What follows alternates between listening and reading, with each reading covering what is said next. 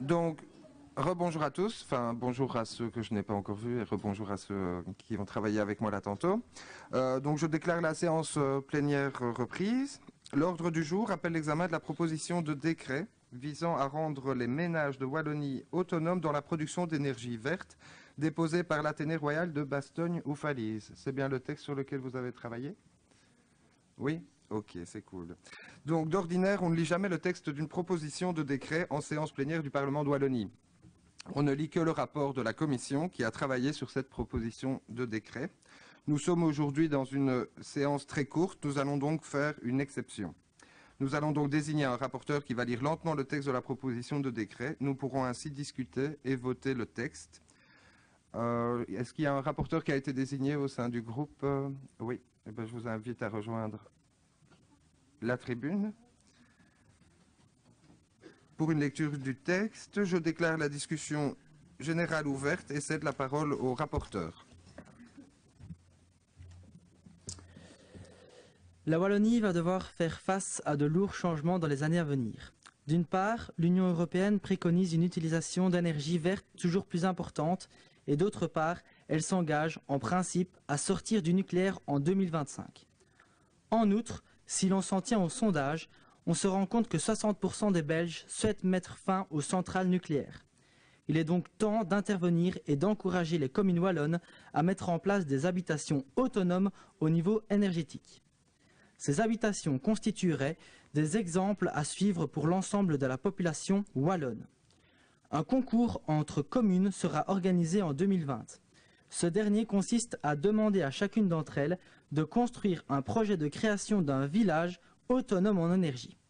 Ce dernier doit contenir 25 habitations qui utilisent exclusivement une ou plusieurs énergies vertes, éoliennes, solaires, géothermiques ou de biomasse. Le projet doit également prévoir la construction d'un réseau intelligent pour distribuer dans les garages pour permettre aux voitures d'être rechargées. En 2020, la commune qui a mis en place le projet le plus performant et le moins coûteux sera sélectionnée et entièrement subsidiée. Elle servira de modèle pilote pour les autres communes. En 2040, toutes les communes wallonnes devront construire au moins un village de ce type.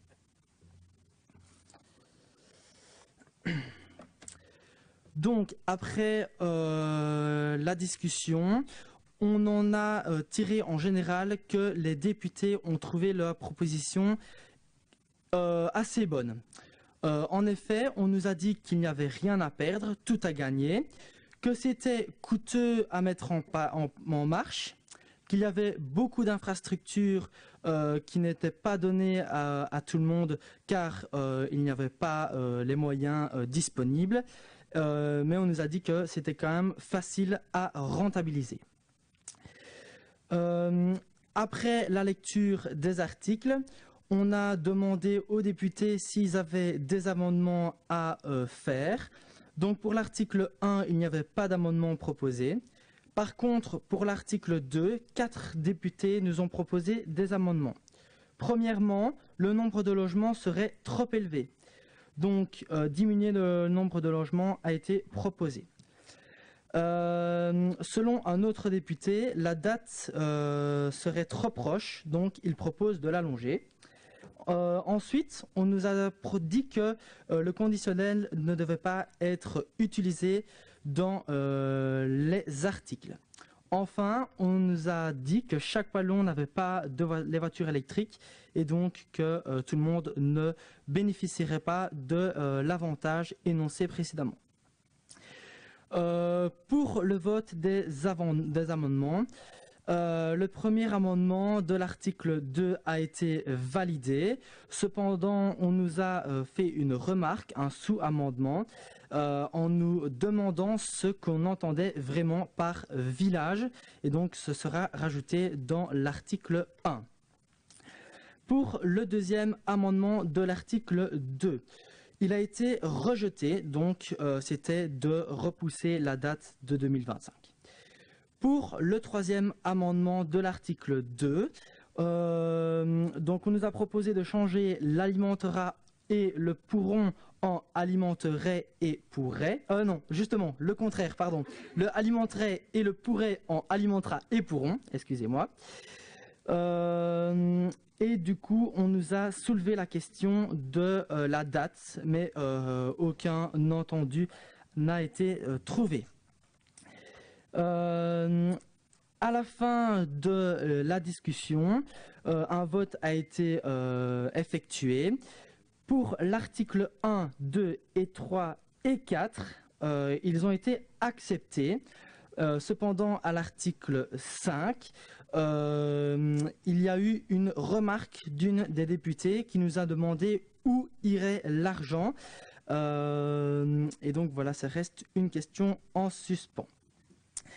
Le vote dans l'ensemble, tout le monde a accepté ce décret visant à rendre les ménages de Wallonie autonomes dans la production d'énergie verte, et donc la proposition de décret a été adoptée.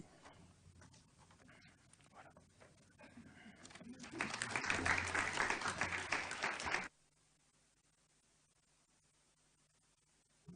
Merci, monsieur le rapporteur. Je vous propose donc de passer à l'examen des articles de la proposition de décret visant à rendre les ménages de Wallonie autonomes dans la production d'énergie verte. Y a-t-il quelqu'un qui souhaite s'exprimer sur cette proposition de décret? Donc en fait, en commission, vous avez discuté de ce texte. Quand le texte revient en séance plénière, il y a de nouveau une discussion, mais entre l'ensemble des 75 députés. Donc voilà, quelqu'un qui n'a pas forcément travaillé sur ce texte pourrait peut-être poser une question aux auteurs. Donc, est-ce que c'est le cas? Ça n'a pas l'air. Oui. Mais est-ce que vous avez pensé au fait que ce soit réellement réalisable d'assurer les besoins en énergie, uniquement en énergie verte, pendant 24 heures? Enfin, parce que j'ai déjà entendu beaucoup de fois que les énergies vertes, c'était une bonne solution, mais le problème, c'est que ça ne peut pas assurer les besoins d'une famille pendant 24 heures. Et donc, lorsque ces énergies vertes ne fonctionnent pas, alors c'est des centrales au charbon et alors ça pollue encore plus.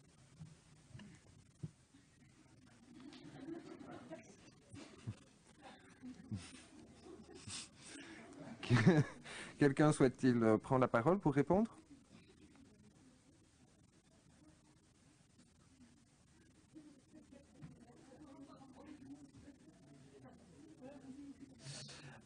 Excusez-nous, merci pour votre question, mais nous n'avons pas eu le temps de réfléchir sur cette question et donc nous n'avons pas de réponse à vous donner.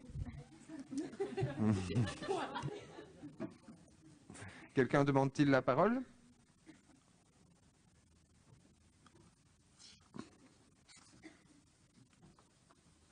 Ce n'est pas le cas, donc je déclare la discussion générale close et je vous propose de passer ultérieurement au vote sur la proposition de décret. Donc, à présent, l'ordre du jour appelle l'examen de la proposition de décret visant à remplacer les ampoules à incandescence des enseignes des magasins par des ampoules LED basse consommation déposées par l'Institut Notre-Dame d'Arlon. Est-ce que c'est bien le texte sur lequel vous avez travaillé? Nous y avons travaillé effectivement, mais il n'y a pas eu de vote en commission. Il n'y a pas eu de vote en commission. Peut-être un exposé quand même du rapporteur. Un rapporteur a-t-il été désigné? Je pense que je suis désignée d'office. Ok. Vous pouvez venir au lutrin si vous voulez. Non. Non, je vais ok. rester là.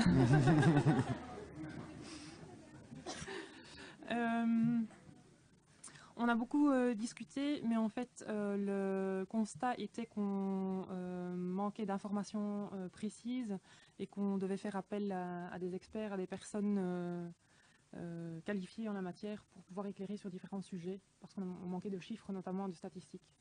Donc, voilà. À retravailler. Donc voilà, vous proposez, normalement en fait, il y a une motion qui peut être déposée, je crois que c'est l'article 89.7, mais je n'ai pas le règlement ici sous les yeux. Donc vous demandez un renvoi en commission pour un examen plus approfondi, peut-être accompagné aussi d'auditions de personnes issues du secteur, oui, je comprends bien. Donc voilà, nous voterons ultérieurement sur la motion. Ah non, on vote pas. Nous allons donc procéder au vote par assis levé sur la demande formulée par la rapporteuse pour l'Institut Notre-Dame d'Arlon. Donc, Cette demande doit être appuyée par 10 membres au moins de l'Assemblée. Donc, je vous propose de vous lever si vous êtes pour un renvoi en commission de la dite proposition de décret.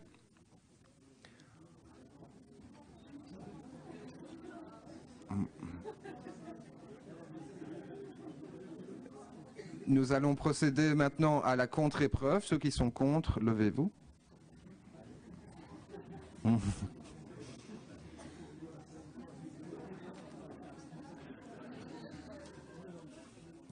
Donc je constate que la demande est bien appuyée et le texte sera renvoyé en commission pour un examen.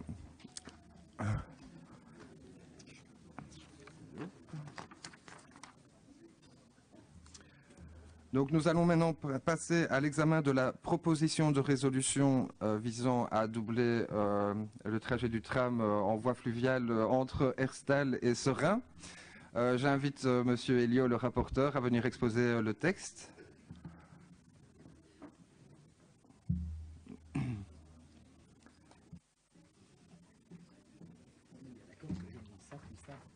D'accord. Mon micro est depuis allumé.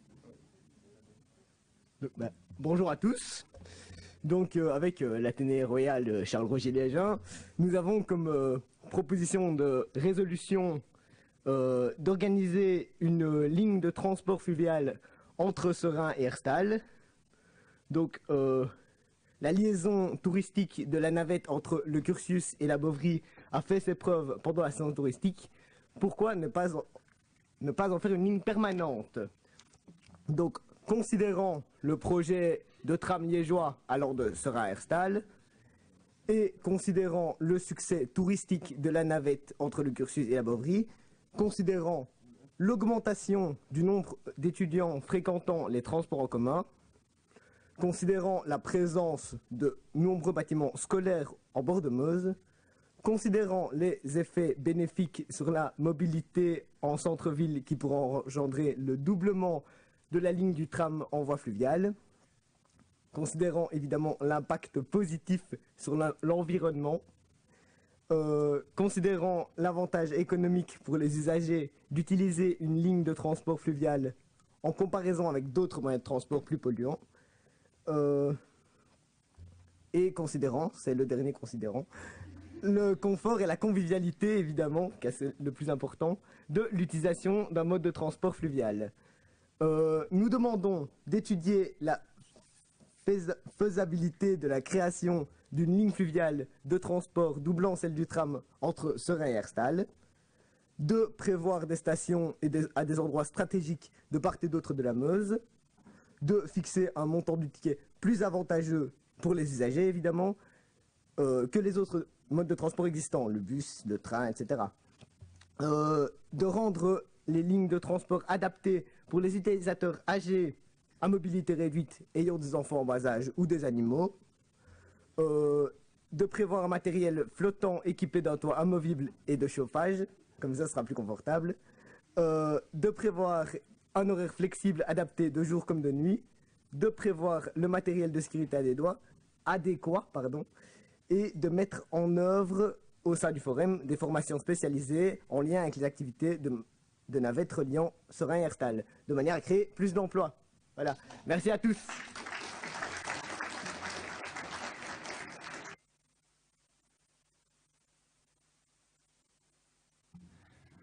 Quelqu'un souhaite-t-il prendre la parole dans le cadre de la discussion générale sur la dite proposition de résolution? Oui? C'est très bien.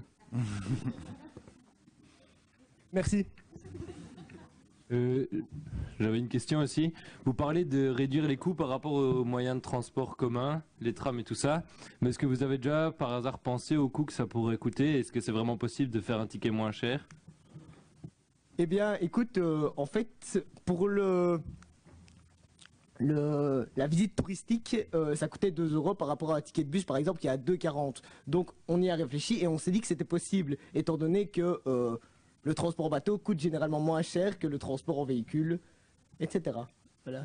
Merci. Est-ce qu'il y aura assez d'usagers pour justement amortir les coûts? Parce qu'en période touristique, c'est différent.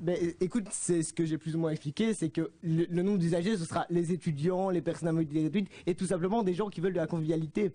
Donc oui, on suppose qu'il y aura plus d'usagers. Voilà, je ne sais pas si j'ai répondu à ta question. Ah oui, il faudrait surtout faire des études ou des trucs comme ça pour voir exactement les nombres. Mais oui. Écoute, oui, c'est pour ça qu'on a demandé d'étudier. Oui, Moi, je me demandais juste, en fait, est-ce que enfin, après, c'est peut-être moi qui ne connais pas, mais est-ce que le bateau est vraiment plus écologique que le bus, par exemple?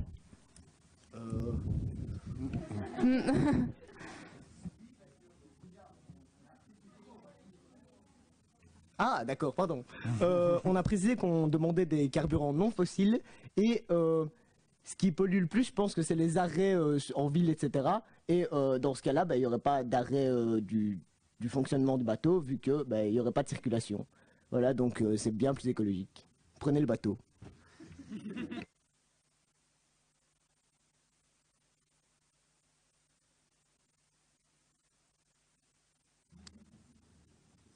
y a-t-il Question? y a-t-il- Pardon. y a-t-il d'autres questions? Oui. Pensez-vous que le bateau prenne moins de temps que le bus? Bah. Pardon. Le transport en bateau, ce serait un trajet à temps constant. Tandis qu'en bus, il peut y avoir des embouteillages, etc. C'est plus favorable en bateau parce qu'au moins, en plus, tu profites de la balade. Voilà. Non, moi, je me regarde moi.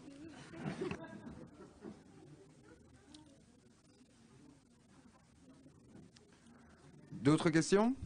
D'autres intervenants? Mais on n'est pas réellement fort libre de sa destination. Ouais. Mais le bus peut nous emmener partout.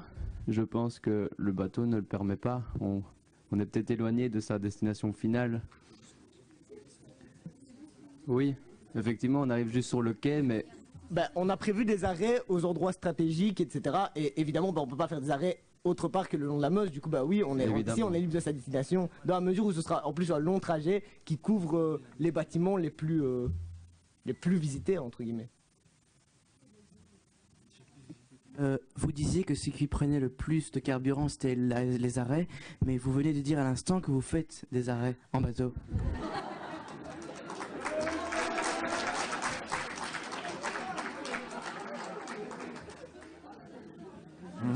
Oui, attends.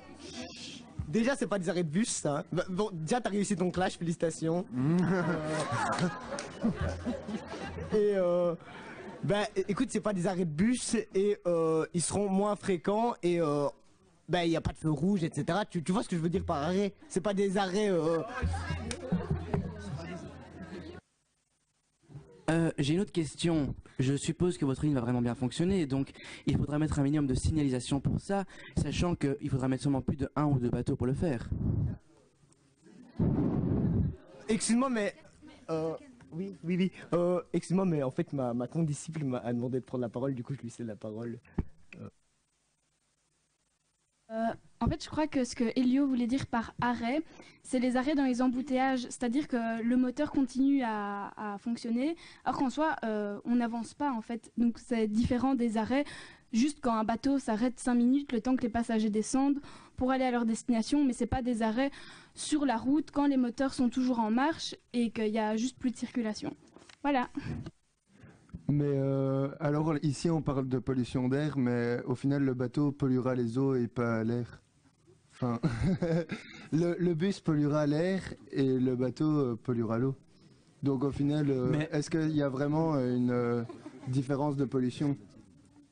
Est-ce que c'est réellement une alternative? Ça reste moins polluant quand même.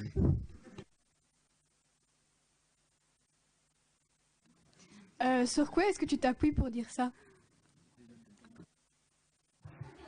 Je peux parler? La pure logique. C'est ce qu'ils font à Paris.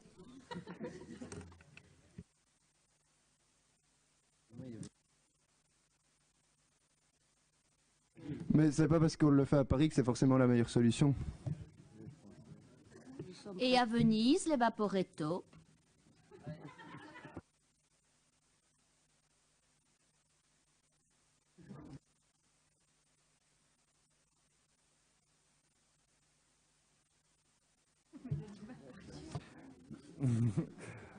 Quelqu'un souhaite-t-il prendre la parole encore sur cette proposition de résolution? Mais pour l'instant, c'est quoi votre moyen de transport en fait pour ce trajet-là? Et est-ce que le bus sera supprimé après avoir mis le bateau? Donc vous doublez simplement le trajet. Et comment est-ce que vous comptez faire pour que ça réduise les émissions de CO2 si vous doublez simplement les trajets? À Liège, nous avons de gros problèmes de mobilité. On nous a promis un tram depuis, je sais pas, ça traîne. Et en fait, je ne sais pas si vous connaissez la ville, mais tout au bord de Meuse, il y a énormément d'écoles, il y a énormément de bâtiments publics, le Palais des Congrès, le Hall des Foires, et je pense réellement que le tram, on ne connaît pas encore très bien quel va être son parcours, et en tout cas, si on suit le bord de Meuse jusqu'à Herstal, de Herstal à Serein, bon, il y a aussi le Standard qui est en bord de Meuse pour qui voudrait aller voir les matchs. Il y a beaucoup, je dirais, de bâtiments stratégiques qui sont en bord de Meuse. C'est bien gentil, mais ça n'a pas vraiment répondu à ma question. Je pense, il faut connaître la ville. Liège est une ville avec des collines, c'est une ville un peu encaissée, et je pense réellement que, et pour l'environnement, et pour le confort des Liégeois et des touristes, puisque nous en avons, le parcours fluvial serait une bonne solution, même s'il y a le tram. Voilà, donc c'est pour votre confort en gros. Enfin, évidemment. qu'on soit clair. Ben, bon, donc pour votre confort, on devrait augmenter les émissions de CO2. Bon. Je pense, je ne souhaite pas répondre à cette question qui me semble un peu, je dirais pas inadéquate, mais c'est simplement de faire un peu de polémique gratuite. Je demande juste.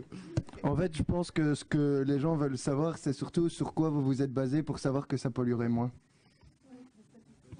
Parce que la navette fluviale a été envisagée, notamment déjà, elle était en œuvre pendant une saison touristique complète.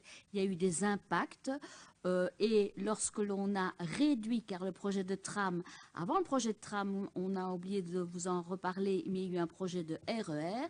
Liège est une grande ville et à cause justement de son sous-sol minier, on ne sait pas organiser un RER, on ne sait pas creuser une ligne de métro qui nous ont été promis il y a au moins 60 ans. On a projeté le tram, il n'est toujours pas ouvert et en même temps que le tram, des études d'incidence ont été faites pour voir s'il n'était pas utile d'utiliser cette voie magique qui est la Meuse. Je vous rappelle que Liège est aussi, par la Meuse, relié au canal Albert et au reste, c'est un port autonome de grande importance. Ça a été étudié, c'est une des voies. Nous avons un trilogiport. Je pense que Liège n'a plus à prouver qu'elle est une ville portuaire, même si ça fait rire beaucoup de gens, et qu'elle a absolument un besoin nécessaire vu sa mobilité. Au carrefour dans le Régio, nous sommes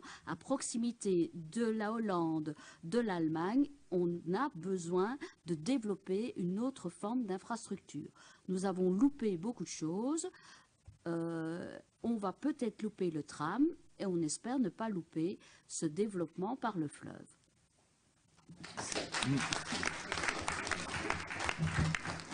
Sinon, pour la bonne information, donc le port autonome de Liège est le premier port intérieur de l'Union européenne. Le transport le moins polluant, c'est le train. Ensuite, c'est le bateau et ensuite les véhicules moteurs. Donc,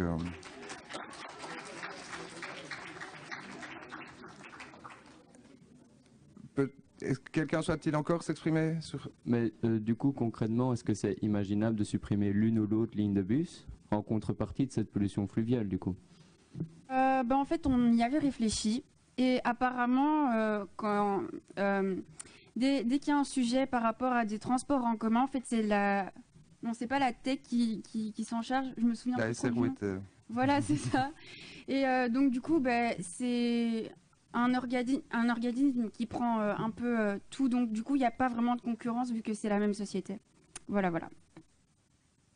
Mais est-ce que pour certains usagers, parce que si on supprime par exemple, parce que si on garde les deux, alors niveau impact écologique, ça n'a vraiment aucun sens.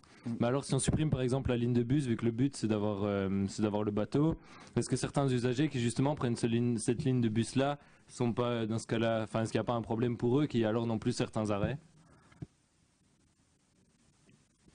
Mais voilà. Donc tu voudrais qu'on supprime soit le bus ou soit le bateau, mais c'est pas possible. Enfin, qu'est-ce que tu voudrais faire? Nous, on veut juste rajouter un bateau sur la Meuse. Mais alors justement, je vois pas dans ce cas-là le but Est-ce que de tu ne rajouter le comprends bateau si c'est pour réduire l'impact écologique en rajoutant un transport en plus. Si jamais, donc, en fait, ça marche. Normalement, on demande la parole et c'est le président qui la donne. Hein. Donc, pour essayer de remettre de l'ordre dans les débats. Donc, je vais céder la parole à mademoiselle qui lève le doigt. Mais moi, je voulais dire que, au final, on n'est pas ici pour parler de l'énergie d'abord.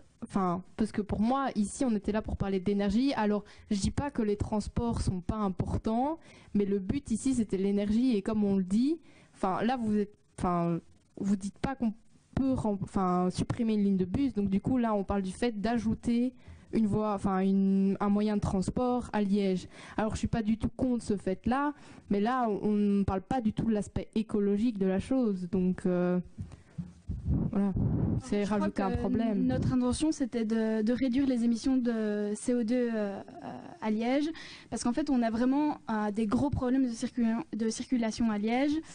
Et donc déjà, notre intention de vous présenter ce projet de navette sur l'eau, ça partait d'une bonne intention. Donc, parce que là, on se ramasse que des clashs. Mais vraiment, ça partait d'une bonne intention, parce qu'on aimerait bien... On a vraiment des gros problèmes et d'embouteillage surtout. Et comme je l'avais dit plus tôt, le fait qu'il y ait moins de voitures. Donc c'est vrai qu'on n'avait pas pensé au fait de supprimer une ligne de bus. On aurait mieux fait de vous présenter, plutôt mettre des pistes cyclables ou des choses comme ça, ce qu'on n'a pas à Liège. Mais pourquoi pas, alors qu'on a la Meuse qui traverse toute la ville de Liège, à la place de mettre des pistes cyclables alors qu'on a on a la Meuse qui traverse tout, donc pourquoi pas faire une navette? Donc je suis d'accord avec le fait qu'on n'a pas réfléchi au fait de supprimer une ligne de bus, mais ça me paraît peu probable parce que Liège c'est énorme, tous les bus sont dans le centre. Voilà, je me suis mal exprimée, c'est pas grave. Oui, monsieur. Moi, je rejoins quand même un peu les Liégeois, hein, parce qu'en fait, mais les gens qui prennent le bateau, ils ne prennent pas le bus. Et donc, du coup, ça consommerait moins, puisque moins de gens prendraient le bus, et le bateau est plus écologique. Enfin, c'est ce que vous avez dit. Et donc ça consommerait moins. Voilà.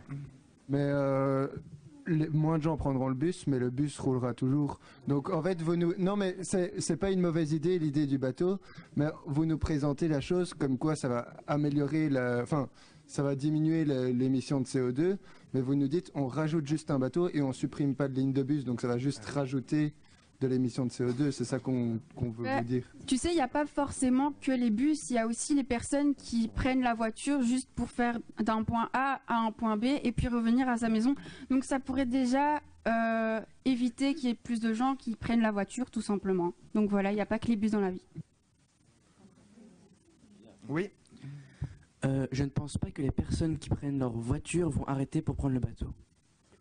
Parce que ça prend encore plus de temps qu'un bus à la base. Qui s'exprime, Déjà, ils éviteront les embouteillages. Oui, là-bas, mademoiselle qui a bien levé le doigt pour prendre la parole. Donc, moi, je voudrais ajouter que, oui, peut-être qu'on rajoute un bateau en plus, mais c'est quand même un moyen de rajouter un moyen de transport, vu l'augmentation de population qu'il y a partout, à la place de bus, de nouveau, parce que si on rajoute pas de bateau, on va devoir quand même rajouter des bus.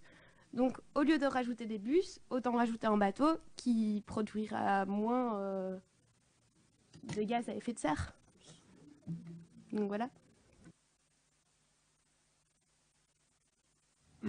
Mais dans le cas où la population augmente et alors il faudrait mettre des bus, je suis d'accord que votre idée va bien, mais là vous présentez ça dans le fait qu'il y aurait moins de coûts et que ça diminuerait les embouteillages, mais pourtant le bus continue à rouler et il y a encore justement moins de monde qui roule dedans si on rajoute un bateau, donc c'est encore moins logique de faire rouler quelque chose avec moins de personnes dedans pour exactement la même consommation.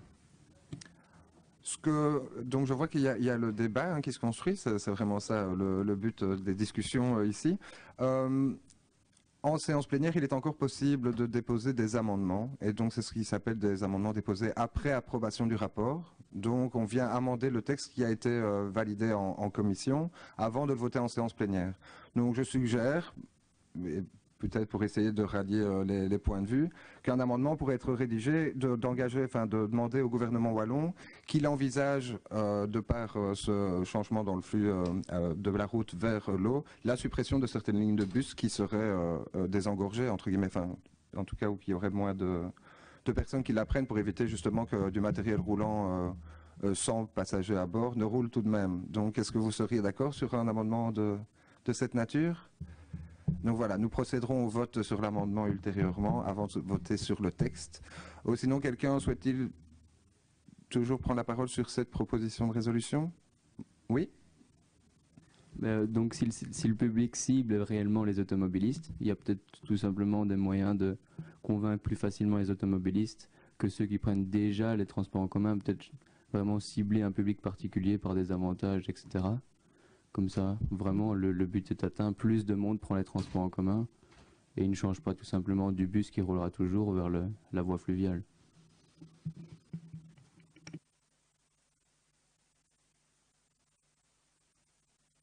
Une réponse? Je n'ai pas d'idée, hein, mais il y en a sûrement. Bien, quelqu'un demande-t-il la parole sur la proposition de résolution?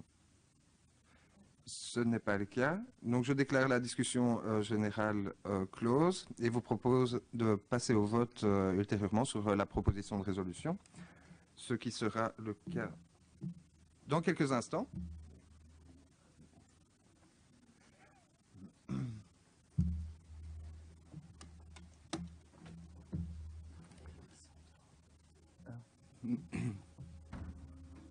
Et je vais proposer... Oui, vas-y.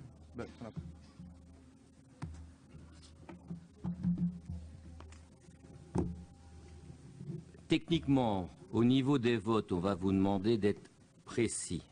Vous attendez qu'on vous dise de voter avant de pousser sur le bouton adéquat. Ça veut dire plus, je vote pour, moins, je vote contre, et la croix, je m'abstiens. Attendez qu'on vous dise maintenant, ça veut dire que vous pouvez voter. Et quand on dit fin des votes, vous devez avoir fait votre choix et on ne change plus, on ne pousse plus sur les boutons. Parce que sinon, on peut avoir un problème technique et imposer un reset au système et vous ne saurez pas si votre décret, c'est ça, c'est un décret, si votre décret ou votre proposition de résolution est acceptée. Ce serait idiot. OK? Donc soyez disciplinés parce que c'est un système électronique très complexe et très sensible. Merci. J'invite Monsieur Collignon et Monsieur Wall à venir me rejoindre ici, puisqu'en fait leur bouton ne fonctionne pas pour le vote dans la salle. Ceux qui sont à la place de Monsieur Collignon et de Monsieur Wall viennent s'installer respectivement ici. Il n'y a personne sur... Ah, oui. Oui. Oui. Wall. On n'a pas trois Wall, c'est vrai. Oui. Bonjour. Et alors, j'invite celui qui est assis à la place de Monsieur Antoine à venir. Quand c'est une session libre, ça ne marche pas. Ah, ok. Donc eux voteront à main levée. Ok. Mais il faut des secrétaires. Donc Monsieur Antoine peut répondre. Oui, ça va. En fait, ce qui se passe, c'est qu'il y a donc deux députés qui sont désignés comme secrétaires, et donc en fait, ils viennent vérifier la validité des votes auprès du président. Et donc c'est pour ça que normalement, mais apparemment ici ça aurait pu fonctionner, mais normalement personne ne sait, enfin je veux dire leur bouton ne fonctionne pas à leur siège, mais il fonctionne ici. Or là visiblement c'est le contraire, donc voilà. Donc je vous propose de voter sur la proposition de décret visant à rendre les ménages de Wallonie autonomes dans la production d'énergie verte, déposée par l'Athénée royal de Bastogne-Oufalise. Le vote commence.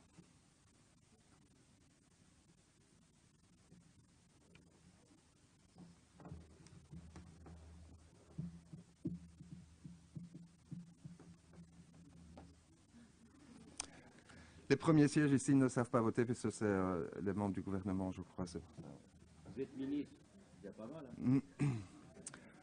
Tout le monde a-t-il voté? Fin du vote. 69 votants, 42 membres ont répondu oui, 24 ont dit non et 3 se sont abstenus. En conséquence, la proposition de décret est adoptée. Quelqu'un souhaite-t-il justifier son abstention? Non. Non.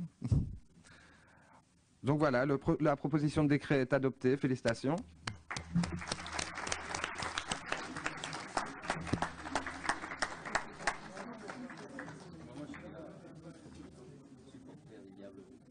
Là, je dois mettre quoi?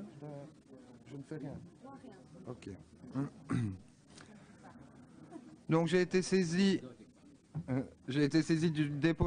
du dépôt d'une motion, donc selon l'article 89.6 et pas .7 du règlement, excusez-moi, demandant le renvoi en commission. Donc nous ne procéderons pas au vote sur la proposition de décret visant à remplacer les ampoules à incandescence des enseignes des magasins par des ampoules LED basse consommation déposées par l'Institut Notre-Dame d'Arlon. Celle-ci sera réexaminée en commission ultérieurement. Donc je vous propose de passer au vote sur l'amendement proposé après approbation du rapport sur la proposition de résolution pour la ligne fluviale de transport entre Serein et Herstal. Début du vote. C'est l'amendement là.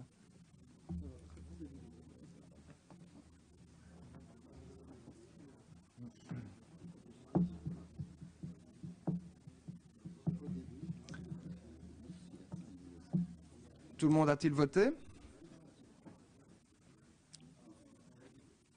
Fin du vote.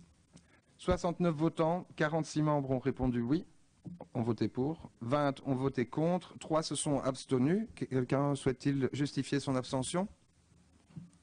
Ce n'est pas le cas. En conséquence, l'amendement est adopté. Nous passons donc maintenant au vote sur l'ensemble de la proposition de résolution telle qu'amendée. Début du vote.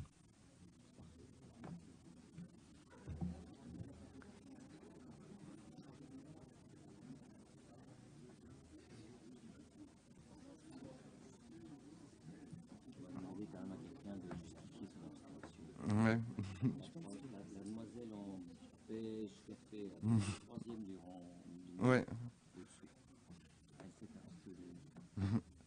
Fin du vote. 69 membres ont pris part au vote, 45 ont voté pour, 18 contre, 6 se sont abstenus. Y a-t-il des justifications d'abstention? Non? Mademoiselle, vous pouvez vous dire pourquoi? En conséquence, la proposition de résolution est adoptée. Il en sera donné connaissance au gouvernement. Je vous remercie tous. Je crois qu'on peut tous s'applaudir.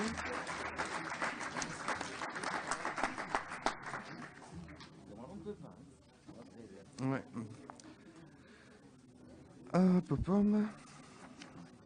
Donc, je ne sais pas quelle heure il est. Ouais, ça va. Donc avant de nous quitter, je tiens à vous remercier, à vous féliciter une fois encore très vivement pour votre participation à cette journée toute particulière que nous tenons à rééditer chaque année pour vous. N'oubliez pas de poursuivre en classe le travail que nous avons entamé ici avec vous pour toujours mieux comprendre le fonctionnement de la démocratie parlementaire. Vient pour moi le moment habituel de dire ces mots. La séance est levée, le Parlement s'ajourne jusqu'à convocation ultérieure. Je vous remercie. Alors comme nous avons encore un quart d'heure à passer ensemble, je ne sais pas si vous avez des questions. Oui ? Je voudrais qu'on m'explique la différence de longueur des micros. Pourquoi le gouvernement...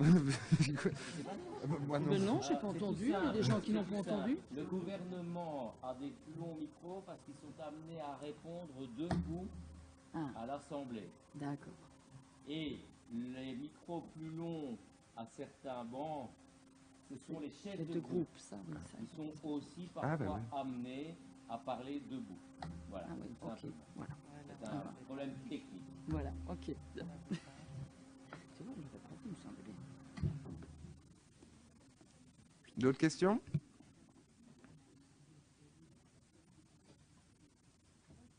Oui? Je voudrais juste faire une remarque, dire que les élèves de l'Institut ont pu paraître parfois un petit peu critiques, mais ce sont des habitués de couper les cheveux en quatre. Et donc, ils n'ont pas réussi, eux, à écrire un texte ce matin qui soit proposé au vote, parce que justement, il manquait beaucoup d'arguments concrets. Et puis, ils se sont posés énormément de questions. Voilà, c'est habituel. Ce ne sont pas des critiques, c'est leur façon de raisonner, de procéder. Donc, voilà. C'est pas... Votre travail était vraiment très chouette. Et d'ailleurs, vous avez réussi à le faire voter. Vous êtes parvenu au bout. Ce que nous n'avons pas réussi à faire. Donc, voilà. C'est juste pour remettre les pendules à l'heure. Voilà.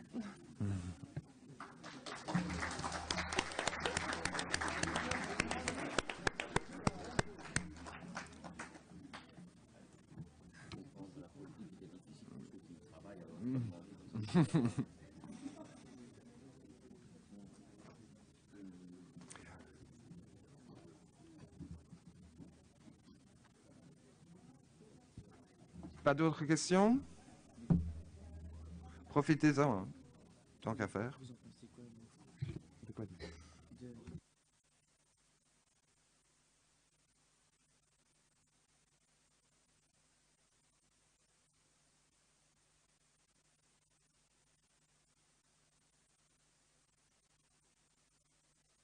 Oui.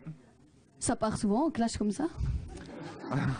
Ah oui, oui, des fois c'est très c'est costaud, c'est musclé. Et c'est pour ça qu'il y a un marteau à côté de moi, là, pour faire régner l'ordre. Parfois, on doit l'utiliser. Enfin, pas sur les gens, hein, c'est donc... Et alors, il y a aussi, ici, j'ai un bouton, en fait, où si j'appuie dessus, je coupe tous les micros des autres. Ouais. Pour éviter, quand il y a tout le monde qui s'emballe et qui parle tous en même temps, voilà, c'est une manière pour faire régner l'ordre. Oui. Vous pouvez faire une petite démonstration? Non. Allez. Non, normalement, je dis, c'est super rare. Non, parce qu'il faut savoir que même un député, on peut le mettre dehors s'il ne respecte pas le règlement. Donc on ne va pas se gêner avec vous.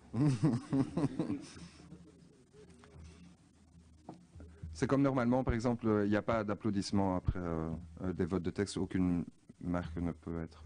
Enfin, quoi, ils le font quand même souvent, mais... À l'unanimité, je vois.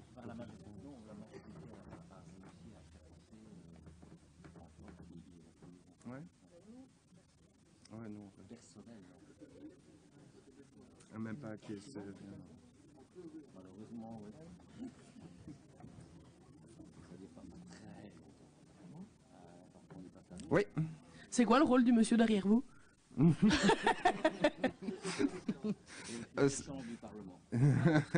C'est un collègue qui sera amené à prendre ma place pour d'autres journées, puisqu'il y aura ici donc encore demain, jeudi et vendredi, puis encore en avril, fin mars, d'autres journées. Et donc comme ça, il voulait voir comment j'allais procéder pour...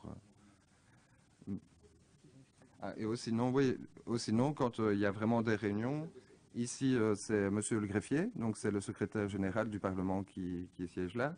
Et là, c'est la directrice générale et donc la directrice de l'action parlementaire. Donc, c'est des gens qui veillent à ce que ça se passe bien. C'est eux qui passent les feuilles au président pour qu'il lise. Donc, il y a deux secrétaires aussi qui sont assis là derrière les vitres et qui préparent les documents pour lecture. Ouais. Oui. Donc, il est chef de service aussi au Parlement. Nous travaillons pour le Parlement, pour l'institution. Nous ne sommes pas des politiques.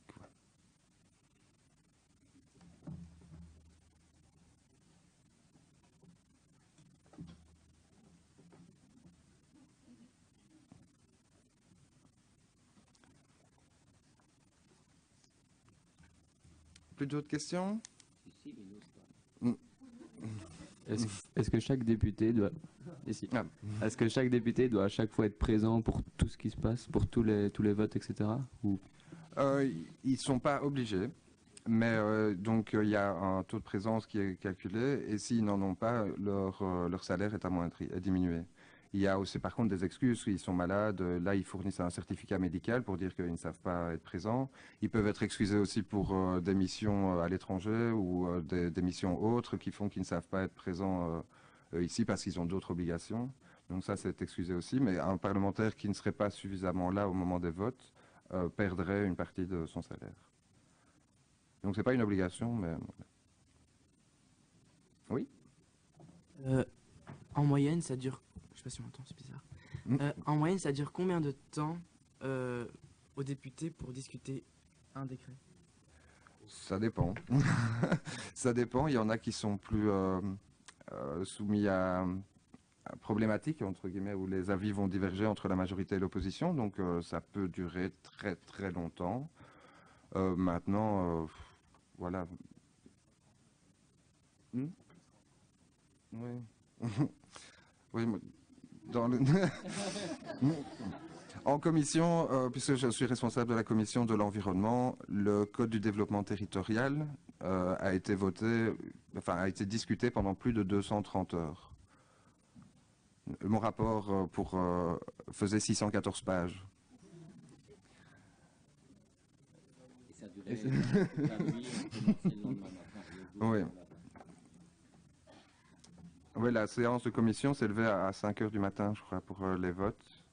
Et donc, voilà, il fallait remettre le rapport en une semaine. Enfin, voilà, parfois c'est costaud pour tenir éveillé, là. Mais en tout cas, il y a une heure de début de séance qui est déterminée. Et puis, on dit, il y a une heure approximative pour les votes. Elle est rarement respectée. Ils vont généralement au-delà de cette heure de vote.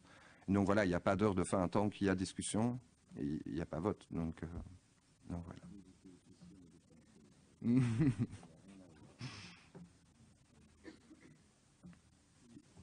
Quand est-ce que vous décidez quand ça se termine, les discussions? Parce que par exemple, pour 230 heures, je veux dire, quand est-ce que vous décidez que vous faites une pause et que vous reprenez les discussions après? C'est la commission qui décide sur proposition de la présidente de la commission. Donc là, par exemple, ça a été un événement politique aussi, donc c'est l'opposition qui s'est levée et qui est partie en disant qu'ils trouvaient intolérables les conditions dans lesquelles le travail était mené, et la majorité a décidé de continuer l'examen sans eux.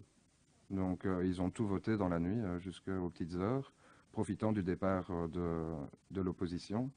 Et donc le lendemain, il y avait des réunions qui étaient prévues pour la commission, pour continuer, parce qu'on estimait qu'on n'aurait pas fini... Et cette réunion de commission a été annulée puisque le projet de décret avait été adopté pendant la nuit. Donc, Et donc dans ce cas-là, alors l'opposition n'a rien eu à dire et tout a été voté vraiment sans... Il n'y a rien où ils pouvaient revenir, quoi. Exactement.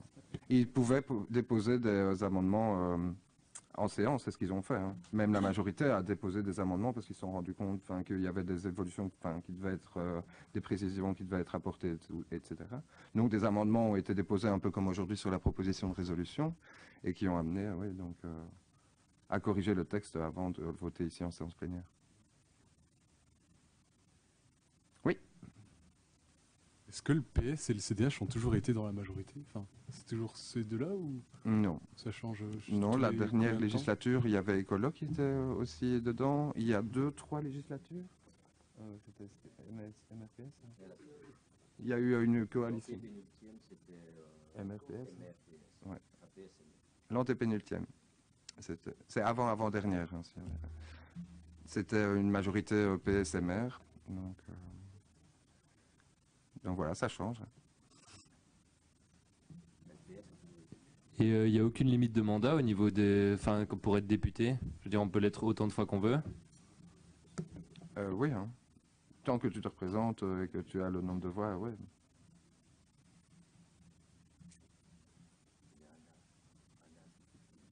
Non, même pas. Moi, je pense pas.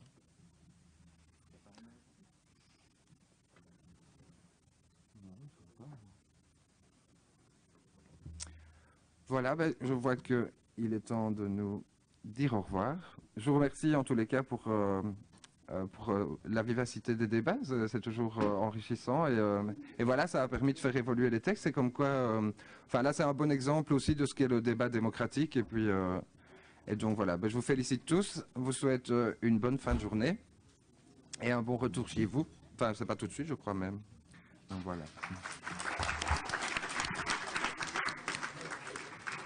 Alors, si c'est juste possible de vous demander, par respect pour les personnes qui vont devoir ranger la salle, c'est vous alignez un petit peu vos micros et vous remettez vos sièges en place. Ce serait gentil pour eux. Merci. Et alors, oui. Je ne sais pas si on vous l'a signalé à l'extérieur, mais il y a une commission d'enquête qui se tient donc en salle 5 de commission.